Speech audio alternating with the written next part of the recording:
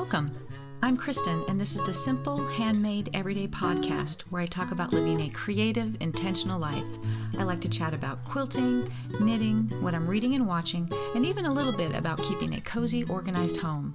You can find me online at my blog, Simple, Handmade, Everyday at kristenesser.com, or on Instagram at kristenesser. I've got my cup of tea in hand, so let's settle in for a chat. Welcome to episode 18. The right before the holidays episode. We are in the thick of it now, right? I am recording this on December 11th. How are you doing getting ready for the holidays? I'm feeling pretty good this year, to be honest with you, which I usually go into a complete panic after Thanksgiving, but I think I mentioned last episode that we have an extra week between Thanksgiving and Christmas this year, and I am feeling the luxury of that. So I also mentioned last episode that I was planning on doing sort of a slow decorating thing. I often kind of knock it out in one day. But I have the luxury of having a spare bedroom right now with 2 kids off at college. And so we got all the Christmas stuff down. And the first day, I just put up the Christmas tree. It's an artificial tree with white lights, and there it has stayed. Undecorated. And we just discussed this over the weekend. I think it's going to stay undecorated until all the kids are home for Christmas. Not that they particularly would feel left out about not decorating the Christmas tree, but I haven't had to decorate a Christmas tree on my own in like 18 years. So, but my youngest said he would like everyone to be here. So my daughter comes home from her little European jaunt. On her way home from Norway. She's doing a Eurail pass where she's gone to Copenhagen. She's in London right now. She's sending me these awesome pictures of platform 9 3/4 at King's Cross Station and the sign at Selfridges. I don't know if you've watched that as a PBS show, but she loved that. And she will continue on to Paris, where they are having violent protests. So there's that. And then to Cologne, Germany, and then she'll fly home out of Berlin. So she won't actually be home till about a little less than a week before Christmas. So it's a little unusual for us to leave that Christmas tree undecorated for that length of time. But you know what? I've decided that greenery and lights are all I really need to decorate for Christmas. So that's what I did is I put up garlands over doorways, down stairways, and then just left that for a few days, and then I went through my I have like 4 Christmas decor tubs and just put out kind of the most special stuff, but I also unearthed lights, a bunch of long white lights that we had when we used to have to light our own Christmas tree, and so I was able to use those to wrap down the stairway, which I've always wanted to do, but I could never quite figure out what to do with the cord. Because you don't want to see the string of lights that's going to the outlet. But we have a loft in our house, so I was kind of able to camouflage it in the loft, and it goes down the stairs. And then on the other side of the stairs, I was able to just run it into my son's bedroom and plug it in behind his bed. So that's all lit and looks really well. I've got Christmas lights over a couple of windows. It's all very cozy and very, very holiday-ish. And so I really, I've just sort of enjoyed, and it took me, I don't know, a week and a half to really get finished with it. And that was completely fine with me. I'm also doing really well on buying gifts as your kids get older. I don't know, they sometimes want more expensive things, and so there's less gifts to do. So I'm kind of on top of that, not 100%, but it's only the 11th today, so I'm feeling good about that. Christmas cards addressed and just waiting for stamps because, of course, I don't go to the post office that often, but the one day I went to the post office, it was closed for George H.W.'s funeral. So I just went home and ordered them, which now it's been nearly a week and I still don't have them. Maybe they'll arrive today. So I'm feeling on top of that. But yes, I'm so glad to have the gifts purchased. I get what I'm going to describe as gift-giving anxiety. I feel like there are people who are really good at giving gifts. It's their love language. And I've experienced this from other people. When I had when I had cancer, people would sometimes bring a meal, and some of my friends sometimes gave me a little gift with it, and sometimes it was a mug. I have a mug I still use to this day, and that whole thing was over 16 years ago. A candle, a little figurine, just like these amazing little things that, number one, never would have occurred to me to do. I would definitely bring someone a meal. To give them a little gift on top of it, honestly, wouldn't have occurred to me. But just, I had a friend who just brought me this little pottery thing from Tunisia, just like these very thoughtful, unique gifts. And I have so much anxiety about coming up with those things for other people, which includes buying souvenirs for people.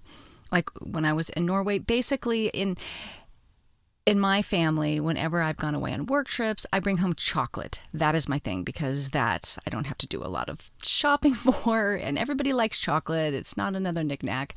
So that's one way I solve that. My friend was telling me that what she does is she just buys Christmas ornaments for her family from different places. Also kind of a good idea there. But this is one reason why I never participate in swaps. I want to do swaps because I see them online, especially in the quilting community, and they look like so much fun. And I look at the little things that people are doing, and I just think, oh, that looks like so much fun. But number one, I know I would have a tremendous amount of anxiety about sewing something that I was giving away. I just feel like everything would just go wrong. Because I've experienced this, where it's like even making, say, a coaster for somebody else, all of a sudden I just become hypercritical of my work.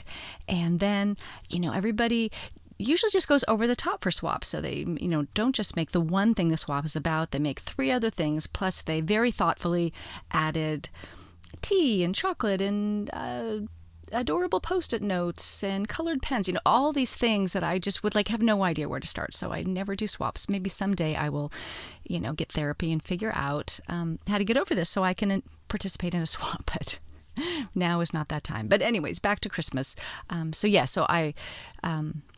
glad that the gift buying part of Christmas is almost over, so that I can just wrap and enjoy the rest of the season. Oh, I just realized that I have not talked about my cup of tea. I hope that you are drinking something yummy and cozy right now, or cooling if you were in the Southern Hemisphere. I'm sorry for being so, what do we call it? Hemisphere-centric. I know that it's not winter everywhere. But today I'm drinking a London Fog. Have you ever had one of these? It is like a tea latte. It's Earl Grey tea, and then steamed milk with a little bit of vanilla and sweetener, if that's your thing. So I actually happen to have vanilla almond milk, so I didn't need to add vanilla, and I use a little bit of stevia as my sweetener. My usual Harney & Sons Earl Grey tea. And I have to tell you, it is delicious. It is delicious. I will see if I can find a recipe. I'm sure there's a gazillion recipes on the internet of that. I have no doubt. But it's, it's basically a cup of milk, whatever type you want, a splash of vanilla, and some strong Earl Grey tea brewed in perhaps half the amount, maybe the normal amount of tea and half the amount of water. So it's strong, kind of as if you were making a latte, you want espresso and not just coffee. So anyways, it's called a London Fog, and it's delicious, and you should totally give that a try. Let's move on to some quilt talk. Lately on the blog, I've been able to share a couple of quilts that I've talked about before, but are finally done and posted. And the most recent one is the Jolly Bar Meringue quilt from the Fat Quarter Shop. And that is a quilt that I definitely talked about here before, but the full quilt reveal is finally up on the blog. I'll put a link in the show notes. That is a large half-square triangle, not half-square, a large half-rectangle quilt. So each block is made up of 2 half rectangles, and they're big blocks, so it comes together very quickly. I use the Sweet Marion line from April Rosenthal, which I think is kind of an older line, but oh my gosh, did I love the colors. Blues, grays, pinks, peaches, even, like an orange, which almost seemed like a darker peach in that line, and I loved it. And I did just an all-over paisley meander. And so it's got a really nice texture. I'm trying to figure out if I'm going to give that one away. I think I might gift that to somebody.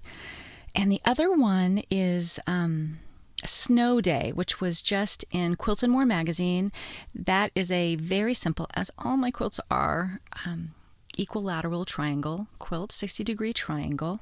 And it was made with Minky Kim's line called Winter Tales. And what's cool about this is I'm going to be able to keep this out not just for Christmas, but for winter. And that's one thing that I'm liking about how I've kind of decorated this year, is that after Christmas I can put away,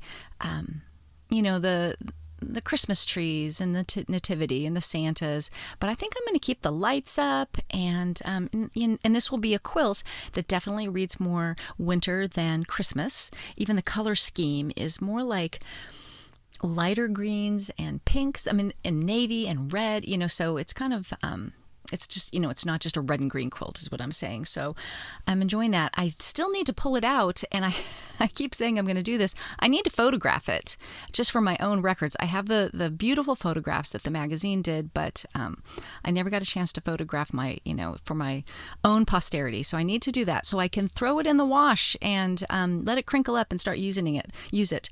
So that's the other one that's I've gotten credit for in the blog lately, but in fact made it over the summer.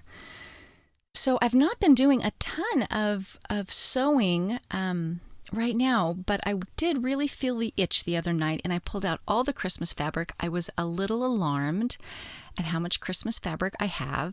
Some of it has never been cut into, and I only have the vaguest recollection of buying it. I must have gotten it after Christmas sale a year or two ago. But I just, was itching to make something. We use coasters in this house all over the place all the time, and most of them are quilted, and they're looking pretty rough, and they're also kind of small. A lot of them, I've taken charm packs and just cut them into fourths and sewn them back together. So, they're coming out, I don't know, what are they, like 3.5 inches? And it feels skimpy to me. I like a large, generous, spacious coaster. Not necessarily mug rug size, but 5 or 6 inches I actually really like. And so I don't, I have to be really precise about setting my coffee cup on it. So I had this Tasha Noel line, the one, oh gosh, if I was a better podcaster, I would have the name, but it's the one that's got the bunny kissing, and there's like a little elf and little girls ice skating. It's super adorable, and I will link the name of the line in the show notes. I'm sorry I don't know it right now, but it's perfect for fussy cutting, which is not something I do a ton of, but I decided just to make some economy block coasters. So I just fussy cut, an elf and a little girl and the little kissing bunnies, and was able to use actually the red from the Winter Tales line as like the next layer out, and then various things. I actually, for one of them, it had like a aqua stripe that worked. I also had a big piece of a honey bun. That it's like a jelly roll is a 2.5 inch strip, and a honey bun is a 1.5 inch strip. Someone had given me some of these from a Sweetwater line that I had sewn together as part of the scrappy Christmas table runner project I did a few years ago. And then I cut equilateral or a square triangle and a square blocks from this made fabric of these 1.5 inch strips. So I had some of that left over, and I made one coaster just out of that, striped fabric, that striped piece of fabric. And then I also ended up with these little corner units, these little triangles. So as my last round on an economy block, I just used this little made fabric of little strips, which didn't really line up all that well, but it was still kind of cute.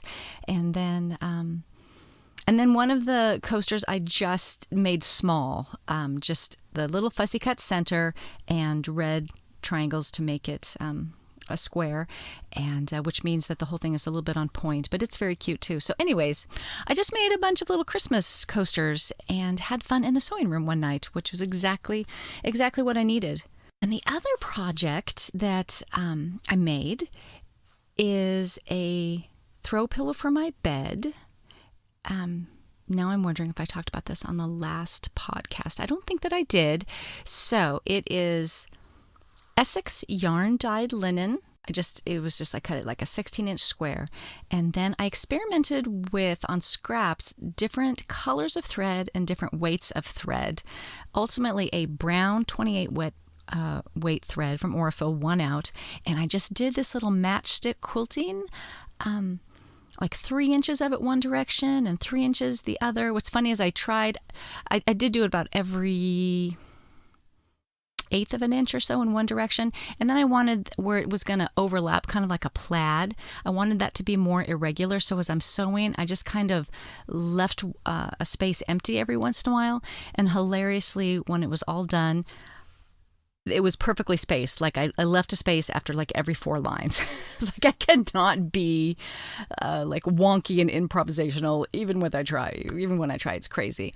But I just made it into a throw pillow for my bed, and I love it. It's super simple, and but it's way more my style than what was on there previously. And I was inspired by Cassandra Beaver, who did a whole quilt this way of different colors and weights of Aurifil thread, just doing this matchstick quilting that intersects in this amazing plaid pattern. So credit where credit is due. That's where I got the idea.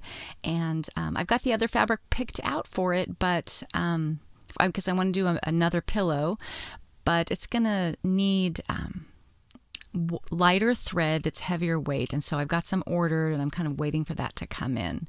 And also that probably that same thread is the thread that I'm waiting on to do some hand quilting on the hand-pieced quilt-along quilt. So that quilt top is done, and I should have ordered thread ages ago so that I would be ready to start hand quilting that over the holidays, and it was totally my bad.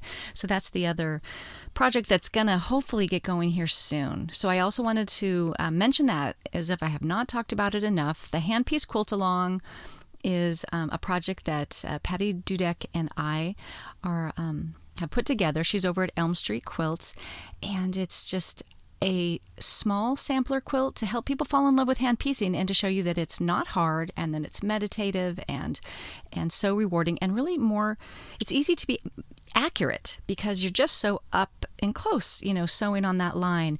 We've got a vibrant and growing Facebook group, and so many people are excited to get started. The Quilt-along starts in January, but people are getting excited about it and just posting pictures of like, I just couldn't wait, and here's my little 4-patch, and I'm making this table runner.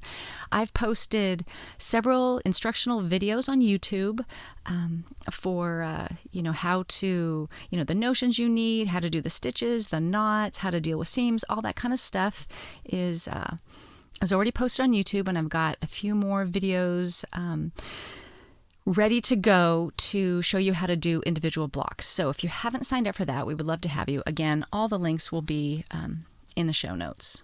I've also recently sat down with my quilter's planner and really started writing down all the projects that I have in progress in that. And I think it's going to be such a great way to help me finish these things up. I talked about last episode that, for 2019, I need to quilt all the quilts. I just need to finish up the works in progress, and it's so good to see them all written out. And it's also a little bit scary, but knowing that they're all in one place, just ready to be checked off. And she's got this great way of, have you pick the fabric, cut, assembled, basted, made the back, quilted, like every step.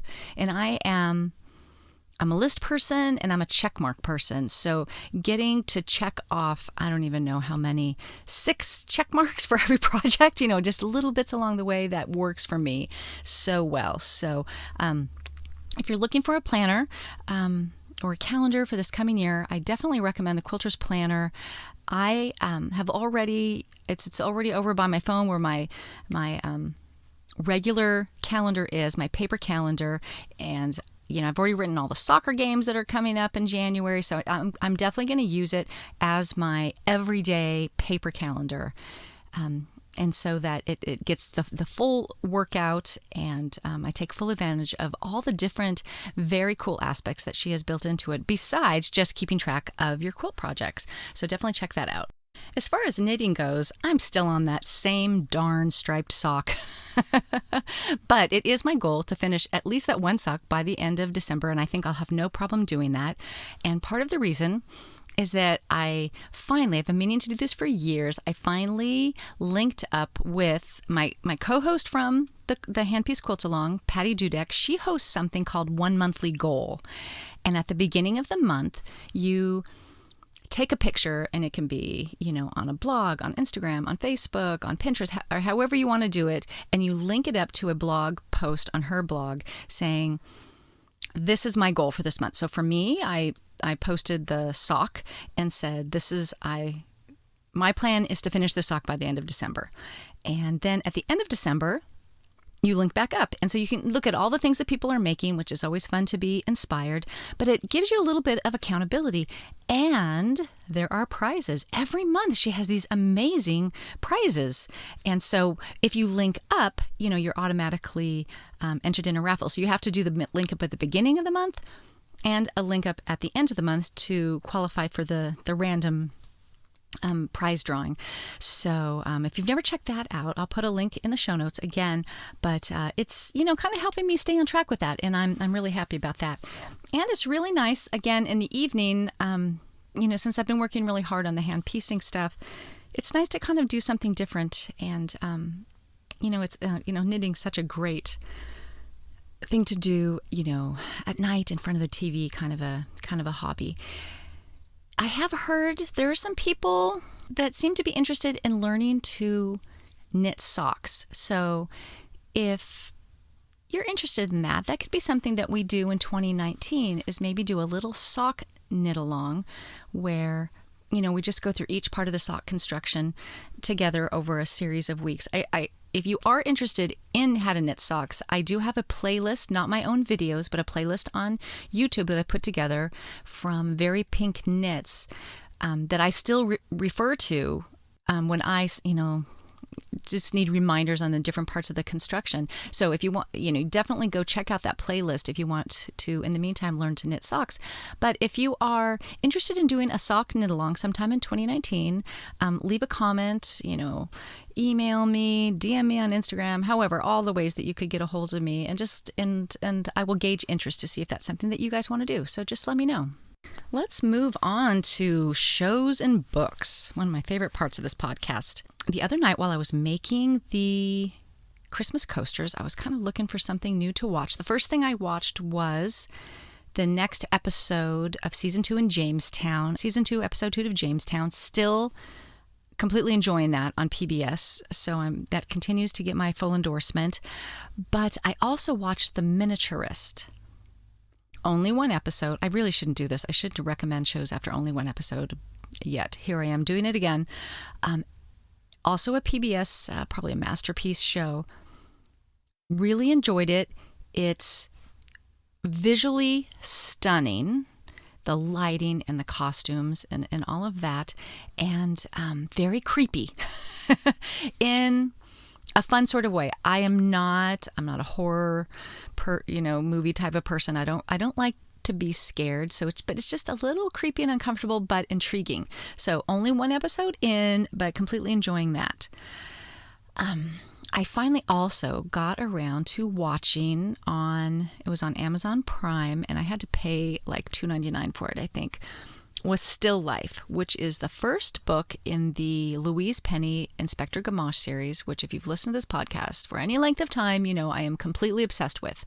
But I will be the first to tell you that Still Life was not her best book. They get better. But still, there was a movie. I had to watch it, right? What I didn't realize until I was a little bit into it is this was definitely a made-for-TV movie.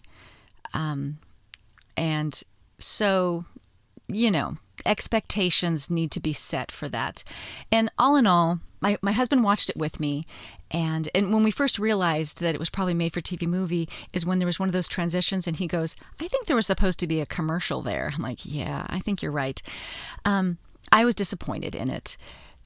It seemed very much like a Murder, She Wrote, or even a Midsummer Murders, which, I love Midsummer Murders, and I don't want to throw shade on them at all. But if you've read these books, they're more literary than your standard murder mystery. They're very well written. They're very... The language is beautiful. The characters are very complex. And that was not conveyed in the made-for-TV movie. So I was definitely disappointed in that. And I have a feeling that I was not the only one, because I eventually watched, some little interviews about it, and Louise Penny was involved in the making of it, and she was all very excited. The casting was, some of it was good, some of it was terrible. But it sounded like, they were hoping that this would become a series. They would make more than one, but it seems to be a one and done, and I think I know why. So just wanted to mention that as well. As far as reading goes, I mentioned last time that I was going to reread Winter Solstice, which I am doing slowly because I only read for about 3 minutes before I fall asleep at night, but I am completely enjoying that. I had also read that there... was a particular Inspector Gamache book, one of the better ones, called How the Light Gets In, I think, that takes place at Christmas time. And I thought, maybe I will reread that one this year instead of Winter Solstice, which I did for about a half a day when I realized that, yes, this is a good book, and it really is in many ways where the story really amps up. It's depressing. It's a murder mystery that at Christmas time, which is not exactly, warm and cozy. So I eventually put that away and went back to Winter Solstice. The other book that I am enjoying, I'm holding it here in my hands, is called Homebody, A Guide to Creating Spaces You Never Want to Leave by Joanna Gaines. Now, I have a little bit of a crush on Joanna Gaines right now. When I redid my family room back several episodes ago, a lot of the accessories that I got are from her line, just from Target. I mean, I aspire someday to go to the Magnolia store, but I absolutely love her aesthetic. And so this is it's a home decorating book. I got it from the library. It's large and hardcover and so aspirational and inspirational. She goes through several types of styles: farmhouse, modern, rustic, industrial, traditional, boho, and then she kind of has some sketches of different kinds of houses and how the style within these houses is a mix of these. You don't have to be at 100% of any of these. This has been sitting on our coffee table, and my son, who was supposed to be studying for a test there, I realized, had picked it up and started flipping through it. He's like, "This is the coolest book." And then he goes, "Well, which one of these styles is you?" And I said, "Oh, totally farmhouse." And he looks at it, he's like, "Oh, yeah." And he said, "Oh, maybe with a touch of rustic too." And I'm like, "Okay, I'll go with that."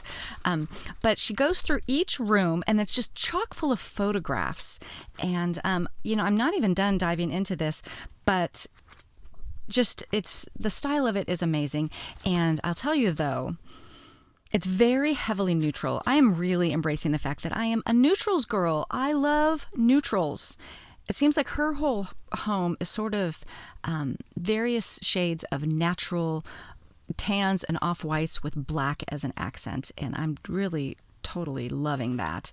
But anyway, so it's a brand new book out. I was so happy that I was able to get it from my library so quickly.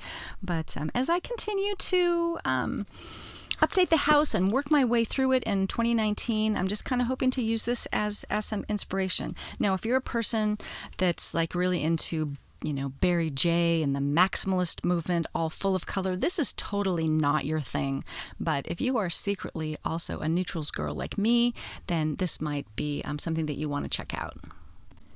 Lastly, I wanted to talk about a planning book, a goal planning book called Power Sheets. I don't know where I came across this. Actually, it was some sort of a blog post a couple months ago where someone said that she had worked through this goal-setting workbook and it had really changed how much stuff that she got done the next year, that she really felt like for the first time in a long time, she could look back on 2018 and say, I did the things that I wanted to do. So I looked into it, watched some videos. It's from a company called Cultivate What Matters. Laura Casey is the person that sort of is the president, and she's got a book called Make It Happen and another one called Cultivate. I did buy Make It Happen on Kindle, and I'm not sure you really need that if you get the power sheets, but they're a little pricey. So it's not a planner, it's not a calendar.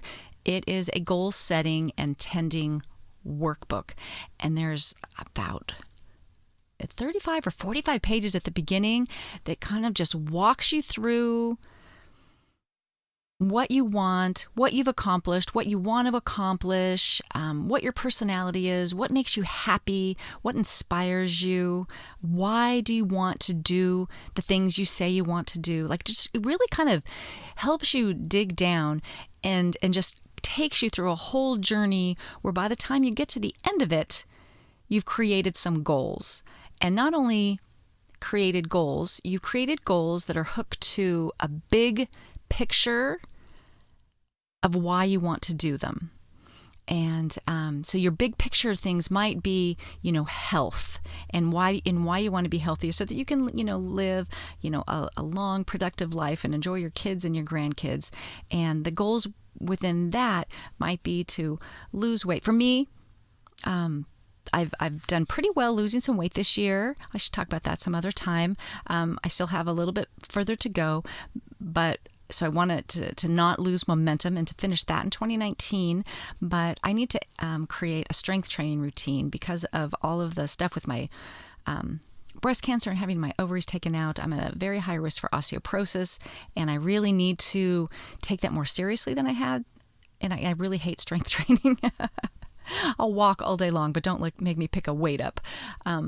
So I need to be, like some goals I have, just some habits I need to cultivate are create a strength training routine, continue with my yoga routine, make sure I'm taking my vitamins daily. So things are just really broken down in that way. And so this can be the same thing with finances, of creating a budget and having savings goals or goals for your business. For me, I want to blog more regularly this coming year, and I've got some goals for that side of my business. And so anyways, I've just really enjoyed the process of creating these goals and setting them. And I'm sort of in the middle now of, there's room for 10 goals.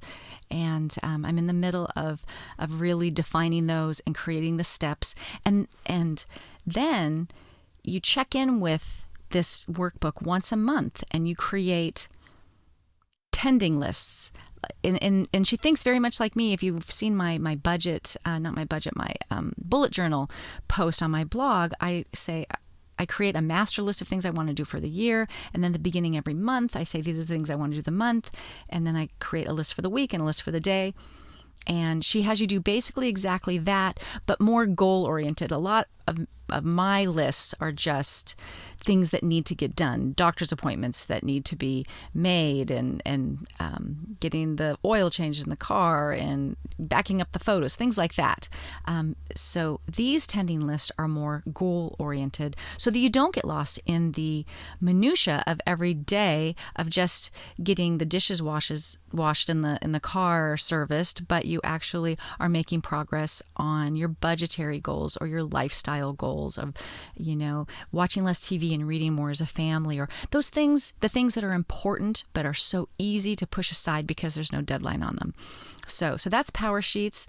There will be a link in the show notes for them if you want to check them out. I'm trying to think. They're not cheap. I think it was about $50-ish for this. But if it really helps me do the things that I want, then I think it'll be money well spent.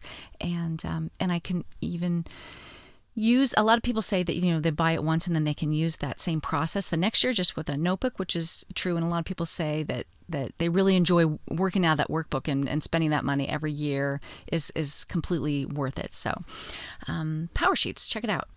For the homemaking side of things, you know what? I just feel like we're all just trying to get through the holidays, and nobody needs to be thinking about any more housekeeping things to sort of add to your list of things to do. I learned long ago, although it took me a few years, that when I decorated for Christmas, I used to just put out the decorations on top of what was already there. and I realized you couldn't really see them amongst everything else. And now I kind of pull out the regular decor and I put that away and to make space for the Christmas decor. My cat has just found me, and he's going to probably start meowing. So that's Tiger. I sometimes put a picture of him in the show notes. So I'm just going to let him do it, though. And I feel like that same principle should be how we approach the holidays in general, which is to strip everything down, get rid of every extra commitment that you can in order to make space for all the things that the holidays brings. You know that there's going to be parties and dinners and extra shopping and time to wrap and decorate and all those sorts of things. So it's the time to really simplify the rest of your life, knowing that all of that stuff that you normally might be doing during this month that you know is going to be there in January. So I say simplify so that you can add the stuff about the holidays that's special without feeling stressed out about it. And but one thing that I did do after I decorated this year, I've got these tubs, like I said, like these, these red and green Rubbermaid containers. And every year when I decorate, there's always stuff that I never use. And there's some old things that, like little paper angels from Sunday school that the kids, that maybe when they were 2, I hung on the Christmas tree. But, they made cuter stuff later. And so this year I dumped all those tubs out and went through them so that I can stop ignoring what's in there and only store what we're really using. And I threw a bunch of stuff away. I actually made my husband look at this bag of stuff that the kids had made and said, "This is not worth keeping, right?" He's like, "Are you going to throw it away or are you going to put it in the keepsake box?" And I said, "I'm going to throw it away." And he looked at it, he goes, "Yeah, we just can't keep everything. If you keep everything, then nothing is special, right?" So that's how I was feeling about that. Threw stuff away, donated some stuff. I did create one tub just for the kids of stuff that I used to put out more often and they would associate with their childhood. But because I simplified this year, I chose not to put it away. But maybe when they move on and start decorating with their own families, they can have 1 or 2 things of stuff that they associate with their childhood. But that felt really good. And it only took about 30 minutes. So here I'm telling you not to do extra things. But that was time well spent. And one of the other things that we do during the holidays that I only do during the holidays, and the kids always ask me, why do we only make this at Christmas time, is we make fudge. And so I'm going to put a fudge recipe in the show notes. To me, it's the best fudge that there is. This was not part of my childhood, but my husband's family always made fudge at Christmas time. So it's his mom's recipe, which, truth be told, was probably, on the back of a chocolate chip recipe. You know how they would just, do all these sort of name brand things and create these recipes. And what's funny about it is that it uses Nuco butter, like the cheapest butter it's not butter, it's margarine. The cheapest margarine that you can find. I think it's like $1. It's ridiculous. It's frankly, the margarine I grew up on. And when we first made this recipe, we thought, oh, please. And so we made it with butter. It was a total fail. Okay, I had to throw Tiger out of the recording area because he's making too much noise. I was saying that we tried to smarten it up by using butter instead of margarine, and it didn't work. We tried all kinds of things to kind of make this a fancier recipe, and in reality, none of them worked. So we are very superstitious about it now, and we make it exactly as is. And it's one of my favorite things to make and give at Christmas time. I used to make it in pans and cut it up and, put it in these little packages to give away. I personally find it very hard to cut fudge in a way that doesn't look messy. So I've learned to buy small little holiday containers, like little pans. And I just pour the fudge into those and then wrap those up and give, and then I don't have to cut and give them away. So that's kind of a recent discovery. But anyways, I'm looking forward to that. Tell me if you would like, again, any way you'd like, comment, email, whatever, if you have special family recipes that you like to make or what sorts of things that you like to make and give away at Christmas time. For us, it's definitely fudge. Lastly, I wanted to thank FL Quilter for her review on iTunes. Thank you very much. And that's it for this episode. Thank you so much for joining me on this journey in 2018. This will be the last podcast for 2018, and it's been so much fun, and I appreciate you so much. So just happy holidays, and we'll see you again in 2019.